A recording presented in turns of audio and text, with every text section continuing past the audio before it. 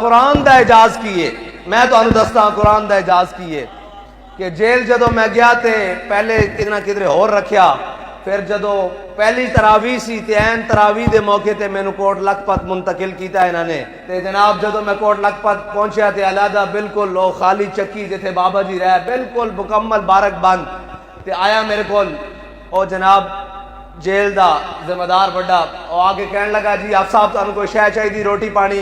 میں کہا جی کوئی شے نہیں چاہیے دی، قرآن پاک چاہیے بس۔ انہیں کہا جی معذرت نال اسی تو قرآن پاک نہیں دے سکتے۔ میں کہا جی ٹھیک ہے تشریف لے جاؤ۔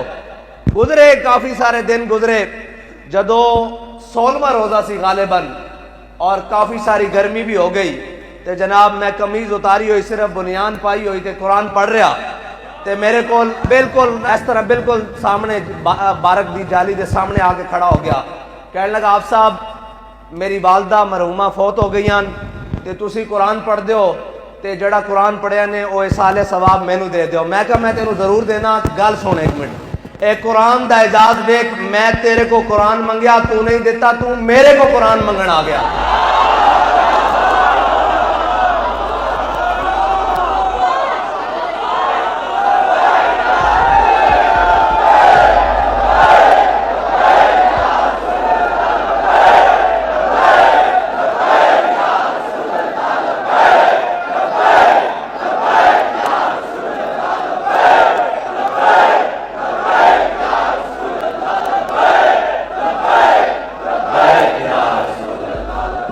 اے قرآن دا اعجاز ہے۔ میں قرآن منگیا کتاب دی صورت ہے، انہیں قرآن نہیں دیتا، لیکن قرآن منگن میرے کول بوئے تے کھڑا ہو گیا۔ پھر انہیں قرآن لیا نہیں، پھر نسیا پیچھے نو، پھر نمی پھٹی نواں قرآن پاک لیا کے مینوں دیتا، کہندا جی اے لو۔ میں کہا لے جاؤ جی جڑا پڑھیا تساں لے جاؤ، قرآن لے جاؤ۔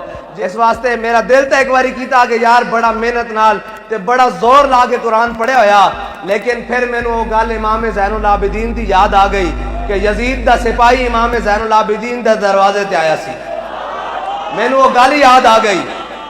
جدو جناب کافی دن مہمان رہا، انہیں پناہ لئی تے جدو واپس جان لگیا کہنے لگیا شاید امام صاحب تسی مینوں پہچانیا نہیں، آپ نے فرمایا جس ٹائم تو میرے دروازے تے دستک دیتی سی نا، میں تیرے چہرے ہوتے نگاہ پائی سی، مینوں او کربلا والا دن یاد آ گیا سی، میں تینوں اس سے بک پہچان لیا سی۔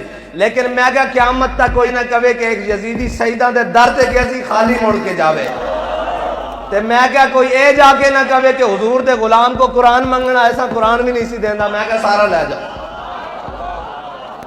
اساں اے انہاں کو سکھیا۔